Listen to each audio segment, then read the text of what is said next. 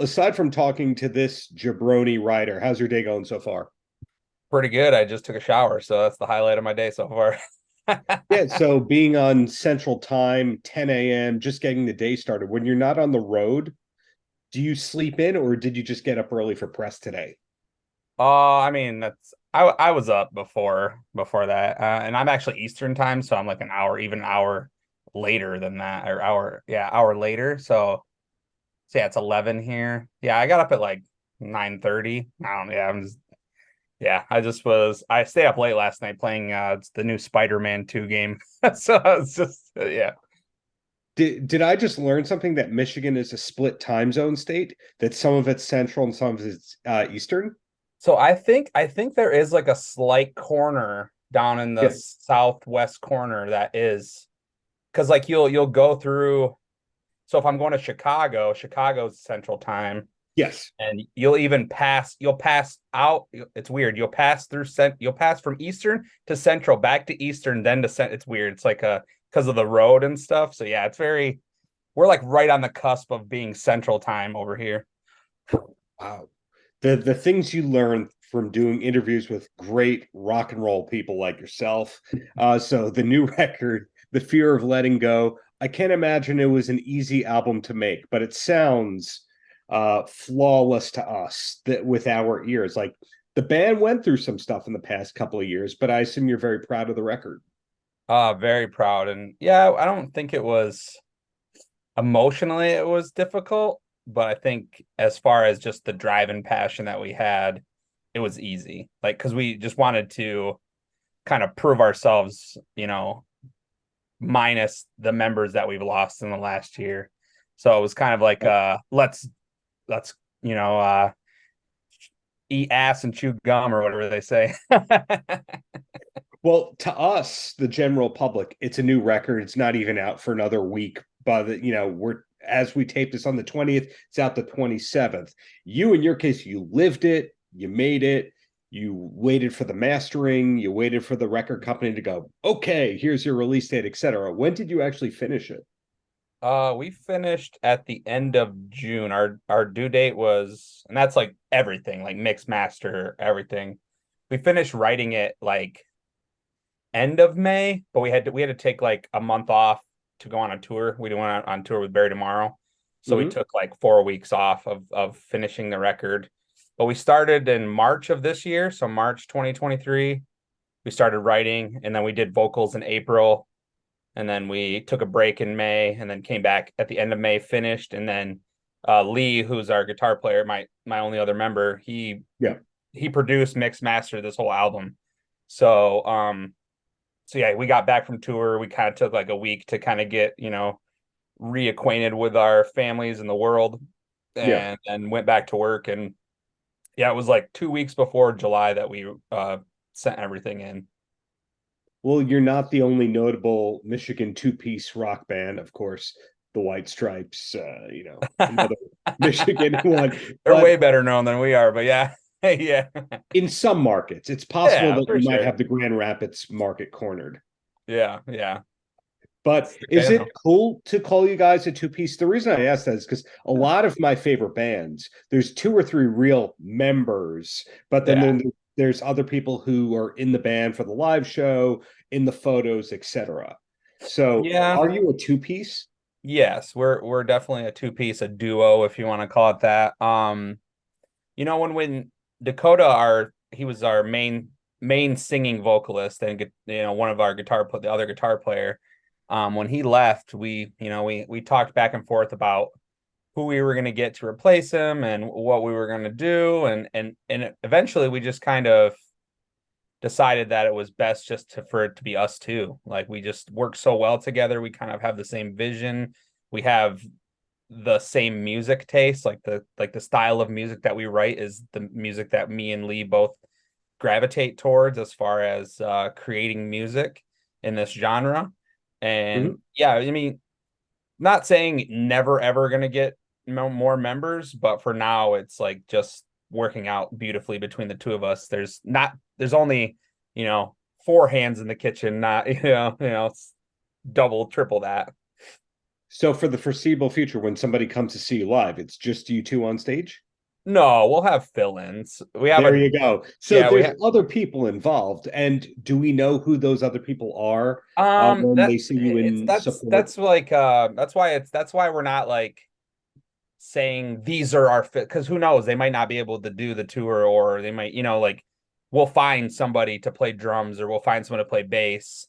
It's not Mhm. really a yes, that person in like, because the drummer in our music videos that we've been doing, he drummed with us on our tour with August Burns Red, and he's been with us a few times throughout the year. um but yeah, even he, like, he's not like 100% a musician. He's a great drummer, but that's not like his sole focus. So like he's not always available for us when we need him. So we'll Right. find whoever will fit the role so that we can go on the road. That's why we're kind of making it so that I'm the only vocalist. We don't have somebody else um that's like, oh shit, that person's not here, like it's Right. everyone in the band will be there, but we'll have fill-in hired guns doing the other jobs. I mean, there's a lot of ways to approach the hired gun thing. I remember Korn when they were doing the hired gun thing, like 05, 06, they were making the hired gun members wear masks on stage Yeah. to differentiate member, hired gun. I'm not saying you should haze these new people, but Yeah, we're not gonna do that. I mean, not gonna lie, we talked about it, but it was like it's just too much. It's like, who at the end of the day, we're there to put on a show, and yeah, it doesn't matter who's playing the drums, or as long as, I mean, if we had band members, obviously those people would be wanted there, and the fans would be desire to see them play. But when you just have just a fill in, like, they're people are excited to see them, but they're also, they're there to see Hollow Front as a group, as the music. And even right. even sometimes, like, I'm not as well, they're there to see Hollow Front, even though I'm a part of Hollow Front. They're more interested in the music and the show.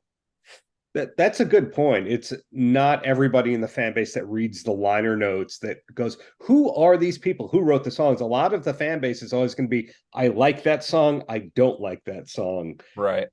So I guess you put the ego aside, but how far ahead is the band looking in general? In other words, I'm not saying give me the exclusive, but are there tour dates booked for 2024?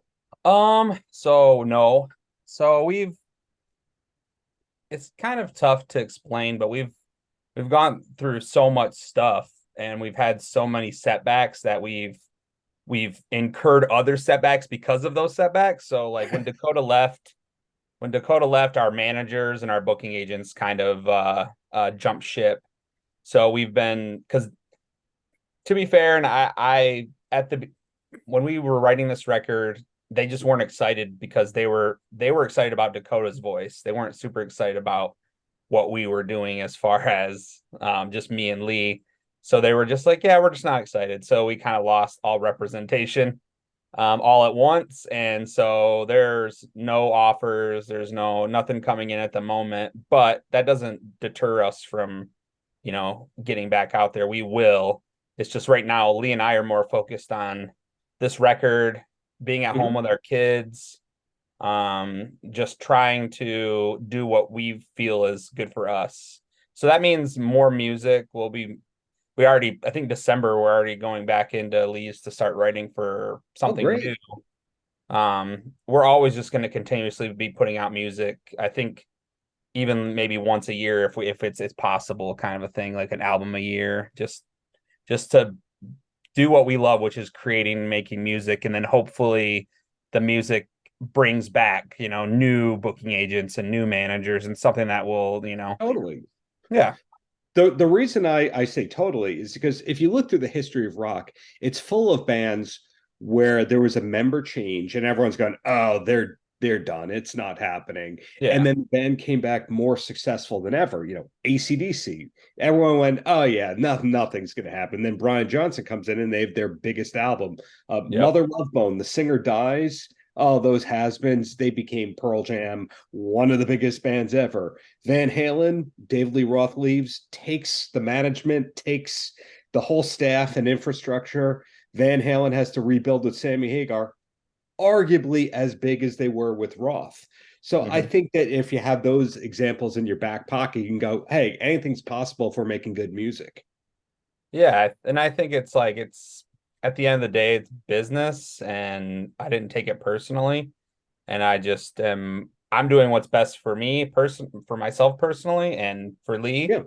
and we have no doubt that we'll be back on the road. It's just a matter of when, not if. Right. And then you go basically from zero booking agents to 25 of them wanting to book with Yeah, you and hopefully, yeah. etc. But at least you have that great label support system. I mean, the label that you're on now is one of those labels that gets it when it comes to heavy music. I can't imagine they ever went, hey, we don't hear a single that record label you got.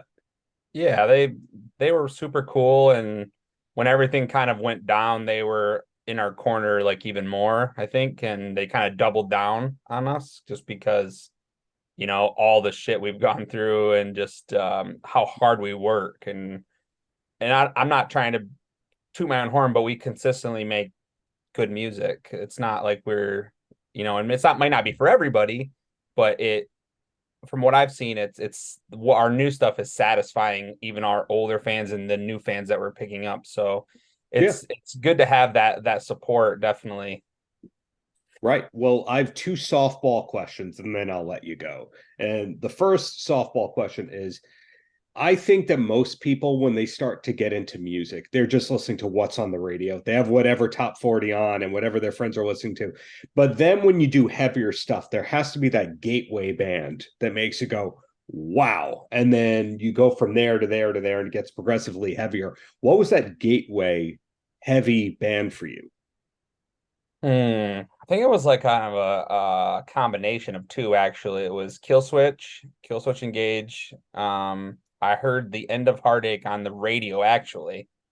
And I was like, "Whoa, what's this?" And I never heard it screaming on the radio, which was weird, especially in 2004 or whatever it was. And then Mm-hmm. for like even more like heavier band that's still in the same genre as Lay Dying was like the first Mm-hmm. band that I heard that was like all screams with like a little bit of singing, and I was like, "Oh, what is that?" And like I started to mimic that kind of style of screaming because I was more into like Slipknot, Mudvayne, those kind of like new metal bands that had like screaming elements, but they were still kind of teetering on that line of mainstream and underground, I guess. Yeah. That makes sense to me. And Killswitch, yet another band where the singer changed, the members Yeah. changed, and they got more successful in the long run. So keep that in your back pocket. And the last question is I find that metal people are able to differentiate their music and their life, meaning metal people usually have the most interesting second or third hobby away from music. A lot of fishing people, a lot of golf people, etc. When you're not busy with family, you're not busy with music, where does your time usually go? Oh, I'm not one of those people, but the band is everything. I do that. It's full-time job on top of a full-time job kind of a thing. And I mean, I play video games and stuff like that, but I don't really consider that to be like my thing. I just do it when I'm don't have anything else to do, watch TV and stuff like that.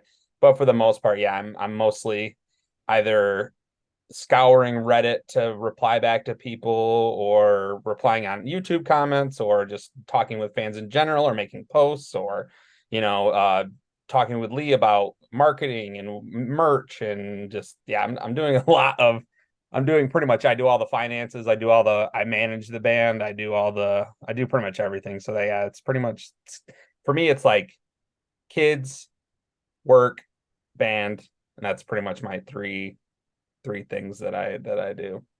Well, follow up to that, is there a Hollow Front fan base name?